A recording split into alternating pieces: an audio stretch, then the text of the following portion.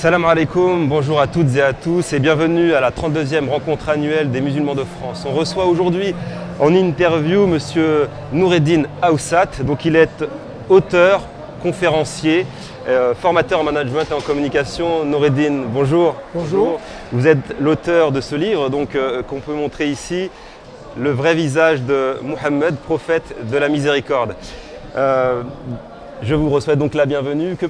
Selon vous, quelles sont les ambitions du salon cette année, de ce rassemblement?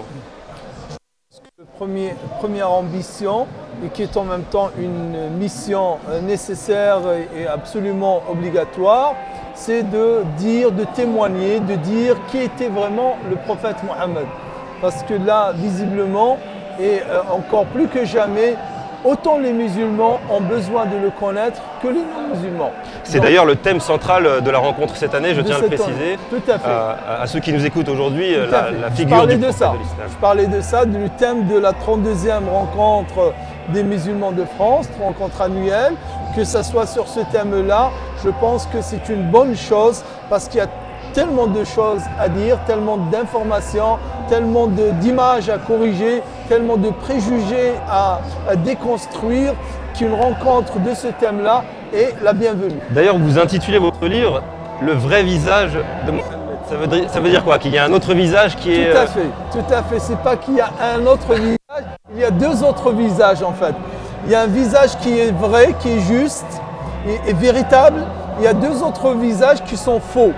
Il y a premièrement ce visage-là faux que les musulmans qui ne comprennent pas l'islam ou qui le déforment pour d'autres desseins.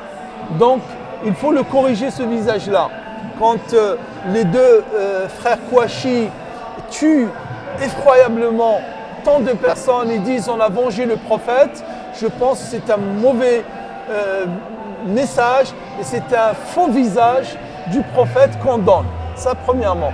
Et le deuxième faux visage, bien entendu, c'est celui de ces caricatures-là qui maintenant, depuis 10 ans, depuis celle de Jyllands-Posten du Danemark en 2005, ne cessent d'être reproduites et qui disent des choses qui sont totalement fausses et absolument erronées sur le prophète. Pouvez-vous par exemple deux choses erronées? Deux choses erronées. La première, et c'est celle emblématique, hein, quand on dessine une tête et on dit voilà c'est la tête du Mahomet et qu'on met dans son turban une bombe avec une mèche allumée et que sur le front on lui écrit l'attestation de foi La ilaha illallah Muhammadur Rasulullah. Ça va à l'encontre de la miséricorde, voilà, du terme qui revient dans votre titre. Ça va à l'encontre de ce prophète qui est le prophète de la miséricorde. Allah dans le Coran, le Dieu, quand il définit son prophète, il le définit par beaucoup de qualificatifs. Mais son qualificatif qui lui va le plus, c'est le prophète de la miséricorde. Et quand on le présente comme un guerrier ou comme un assoiffé de sang ou bien un intolérant, là, on dit qu'il faut arrêter, c'est faux. Alors que répondre à ceux qui justement justifieraient de ce visage, de cette image du prophète, parmi même les musulmans, mais qui se fonderaient leur développement sur du texte justement, du texte religieux? C'est que s'ils le fondent sur des textes, quand ils le fonderaient sur des textes, c'est que le texte a été manipulé. C'est facile de prendre un verset du Coran et de l'extirper de son contexte, du texte même, ou bien du contexte historique dans lequel il était révélé, et de lui faire dire ce qu'on veut. C'est le cas pour les textes guerriers ou qui ont trait à tout ce qui est le… C'est le cas pour les textes guerriers ou les extraits plutôt de textes guerriers qu'on prête au prophète et qu'on prête à l'islam et qui sont totalement erronés.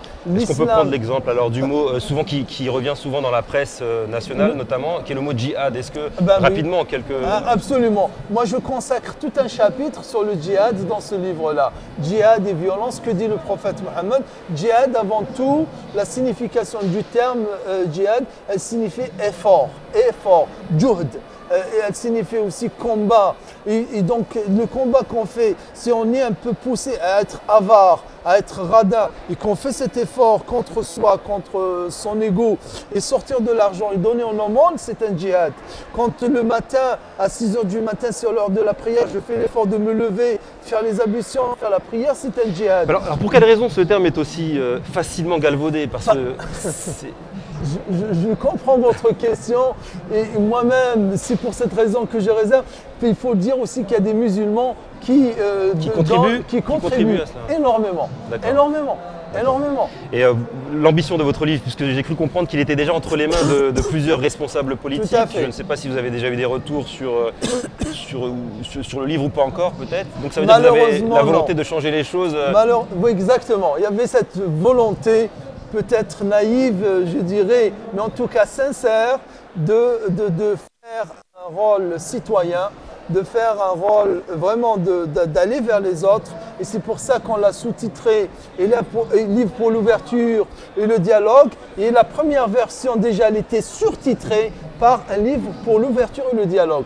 Pour débattre et leur dire, écoutez, c'est-à-dire ces gens-là, ils donnent un mauvais message sur l'islam, ils le déforment.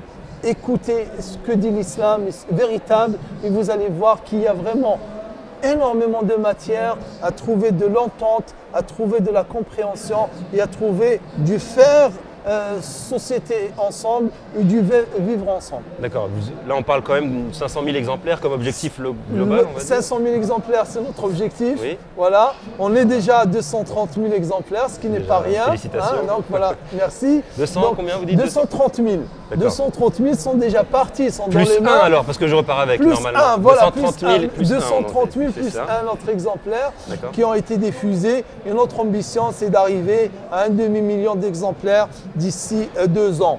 Donc là, cette année qui vient et l'année suivante, on aura bouclé 500 000, 1 demi-million d'exemplaires pour le dialogue, pour le témoignage. Et c'est bien. Si on peut retenir un trait de caractère général du sceau des prophètes de l'islam, qu'est-ce qu'on pourrait donner comme adjectif, comme ça, 2-3 adjectifs? 2-3 adjectifs qui s'éloigneraient de ce faux visage.